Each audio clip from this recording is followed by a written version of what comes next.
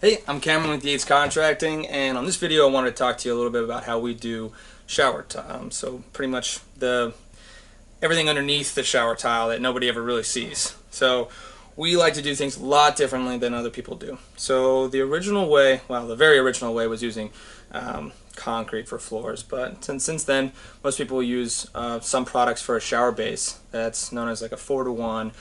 It's basically a lighter style of almost a mortar, and what they do is it's put all around the outside of the shower at a thicker amount, usually around 2 inches or so, and then you go around the drain to put a pitch. It depends on the person. It's maybe about 1/2 inch or so to give you a decent pitch. So let me show you what we do. So that is kind of known as a mud set pan.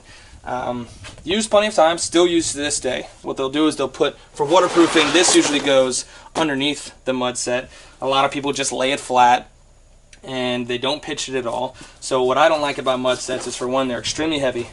They fail all the time. I've torn them out hundreds of times, and I always see this stuff. It sometimes holds the water in the end, but what it does is it holds it underneath all of the thick set. So, because a lot of people don't necessarily install it how it's meant to be, but it's still able to pass code.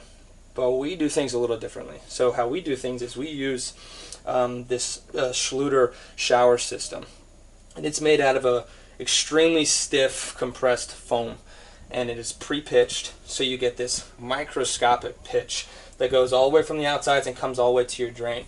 Now with that, you barely see it in the shower, but it's nice and perfectly straight, so all the water runs off, all the water drains, and you don't have to worry about any water getting through. It's actually a waterproof membrane itself, but we put a product over top of that, which is known as their Curdy. So this product gets thin setted down on top of this foam when we're ready to put it down, and this acts as that extra waterproofing membrane.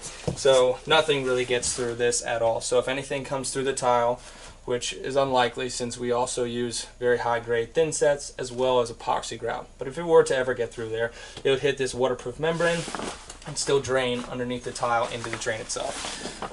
In my opinion, it's a much more foolproof system. It's a lot more expensive, that's why you don't see a lot of guys using it, but we just like to put quality in all of our jobs, and a lot of these things homeowners will never see, so people will end up trying to sneak it in. We try to give the best products that we can with the best technology, and in bathrooms, technologies have been advancing so quickly it's almost hard for us to keep up, but this is the latest stuff, and we like it a lot. So we'll start with a base like this. We'll have our drain in, we put our waterproofing in, but we wait until we get our tile backer in. So tile backer is also a lot different.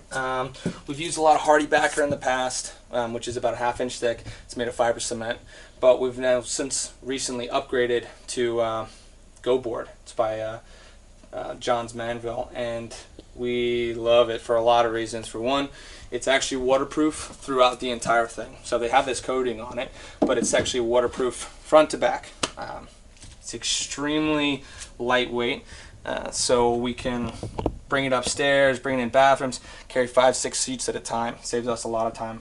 It's also a lot stiffer than a lot of the other foam board products out there. When we're installing this, we have to use couple different items. So we use this sealant. Since it is waterproof itself, we actually don't have to put any other waterproof coatings on it like the Curdy.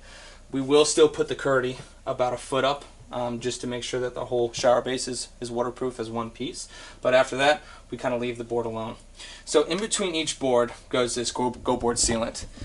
It's their own product that they make, and it's kind of like a consistency of silicone, and what it does is you put it in between each joint, and when you put the next layer on top of that, you do enough where it squeezes out, and then you hit it with a putty knife. It looks something like this when it's done. So you basically just strike it across there, and as long as the sealant's in between it, it's good to go.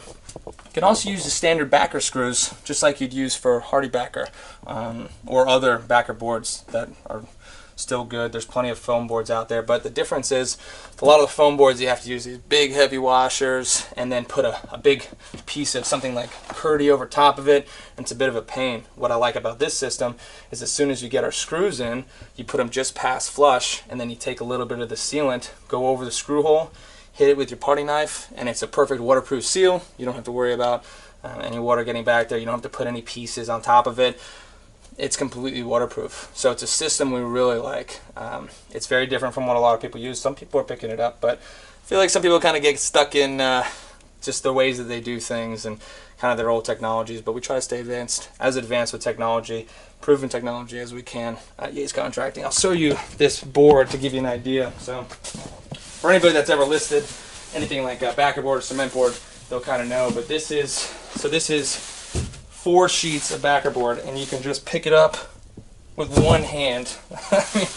with one sheet of normal hardy, I mean, I'd have to be here with 2 hands just to even lift this stuff up. So it's a lot more manageable, a lot higher quality, and of course what comes with that is a little bit higher of a price. But we think that it's extremely important, especially in these areas where you'll have problems and can be detrimental problems to your project. We definitely feel it's important to use the best quality material that you can.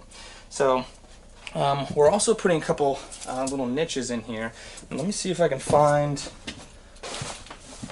the piece. So what we use is unable to be found right now, but it is a one-piece foam that goes in to the wall. It insets it, and we're able to put tile around that so that we don't have to. We used to, for niches, we used to use framing, 2x4s, but the less wood we can put in our shower, the better. So this is actually just a one-piece molded.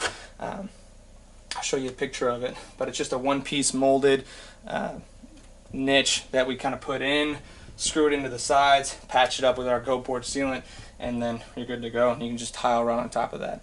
So a couple little extra things that we like to do differently that some people don't necessarily spend the money on. So on these kinds of things, it's really important to spend the extra money. That's also why we use epoxy grouts. So epoxy grouts are the strongest grouts you can have. You never have to seal them. They just clean with regular soap and water. They stay looking good. They're structural at the same time, and if you use them with natural stones, they'll actually seal the natural stone. So they're also, again, pricey, but in these kinds of things, this is where you need to spend money on your projects. So you get a very long-lasting, good-looking product that outlasts you, hopefully.